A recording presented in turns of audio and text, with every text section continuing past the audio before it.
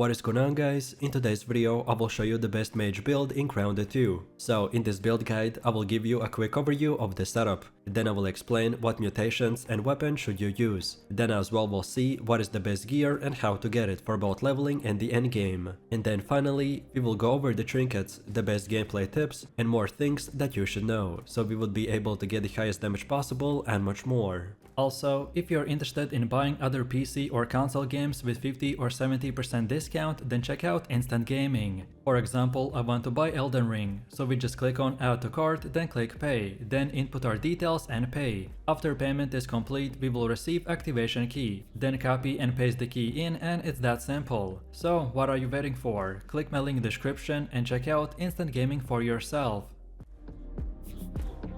So let's kick things off with a full breakdown of what makes this build work. This build is crafted specifically to dominate with the ranged fire attacks, while maintaining sustainability through the long fights, which is essential when you're exploring dangerous biomes or facing off against bosses in the late game. Now, most mage-styled builds in Grounded 2 will revolve around elemental mastery, and in this case we're focusing on the fire, also known as the spicy damage in-game. The elemental fire path not only allows for AoE damage, but also applies a lingering damage over time effect in the form of the sizzle, which is incredibly strong against many bug types. The real core of this build though lies in how effectively it handles stamina. Every cast, every charged shot and every dodge, it all costs stamina. This build is designed to maximize stamina regeneration, reduce stamina costs and capitalize on the damage output when the stamina is full. It's a high risk, high reward type of setup, which is perfect for players who want to stay aggressive, mobile and absolutely melt their enemies from a range. Now let's talk armor, which is arguably the backbone of any effective build.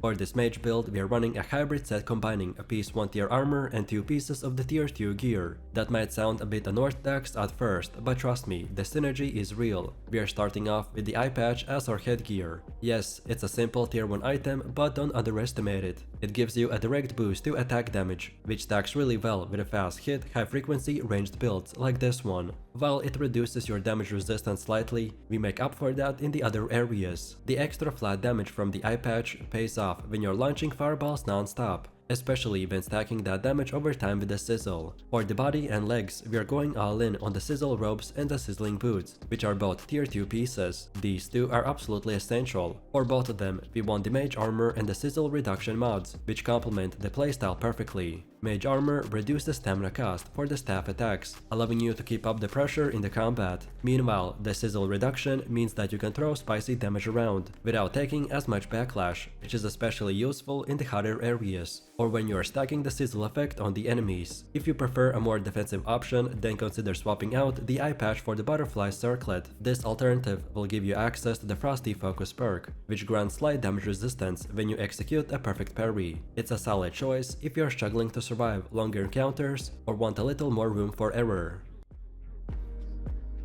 Next up, let's move over to the centerpiece of this build, which is the Scorching Orb. This spicy tier staff is your primary tool of destruction, as the candy staff is designed for elemental attacks, and its spicy nature makes it ideal for delivering both immediate and lingering damage. Its normal attacks are quick, projectile tracks relatively well, and its charge attack can inflict wide aerial sizzle damage, which pairs beautifully with your mutations, which I will explain in just a minute. What makes the Scorching Orb even better is its utility. When you defeat a cookable bug with this weapon, they automatically will drop the cooked meat. That means more food for healing and, in some cases, passive regeneration effects depending on the bug type. This is a huge quality of life bonus, especially in longer fights or extended exploration trips, where food and health might become scarce. Overall, the Scorching Orb is fast, fiery and functional. There's really no better weapon for a mage DPS build that is focused on aerial damage, stamina efficiency and survivability. Now let's talk trinkets. These little items can make or break your build when it comes to optimization. So for this build we are going with the Astonishing Acid, which is a tier 1 trinket that boosts your third attack in a combo. That might not sound like a lot on paper, but the Scorching Orb's attack chain will benefit immensely from this. The third hit in the Orb's combo already deals more damage, and the Astonishing Acid will amplify that even further. Over time, your total DPS will boost significantly, especially when you're continuously landing full combos in a rapid succession.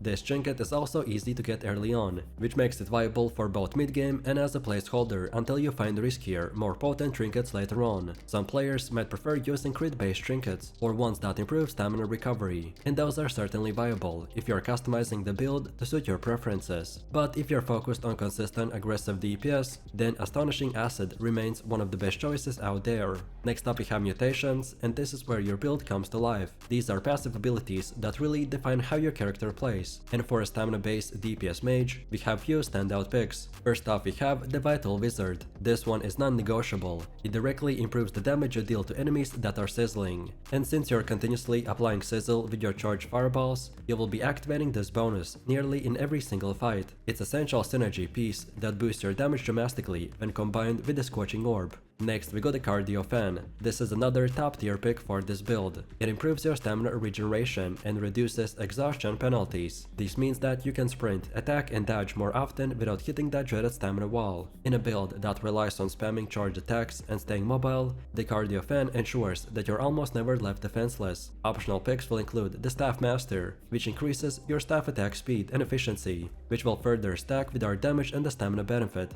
and then the Chopper, which will help in general combat encounters, especially if you're blending some melee into your loadout. Overall, the mutation flexibility is one of the best parts of Grounded 2, but Vital Wizard and the Cardio Fan should always be in your active lineup for this build.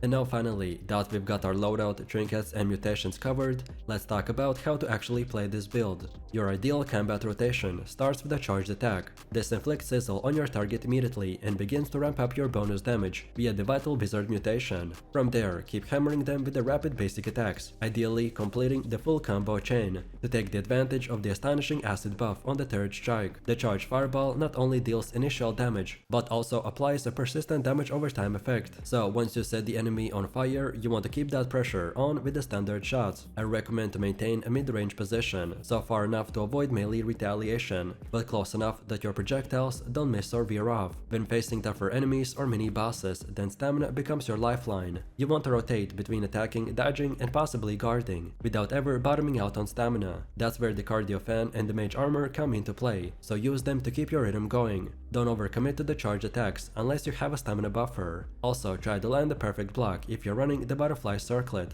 as those will give you a damage resistant boost, allowing you to keep going under pressure. And then my final tip, target weaker enemies first if you're surrounded. Since the Scorching Orb instantly cooks the meat from the bugs killed, dropping one or two enemies quickly can let you regen health through eating, while also reducing the number of enemies on the screen. This build gets a sustained through aggression playstyle and is incredibly fun once you get the timing done. So let me know what you think about this build in the comments below. If you enjoyed this, then you definitely don't miss my previous video where I showed you the top 7 best Grounded 2 base locations and much more. So click the screen now and I'll see you in the next one.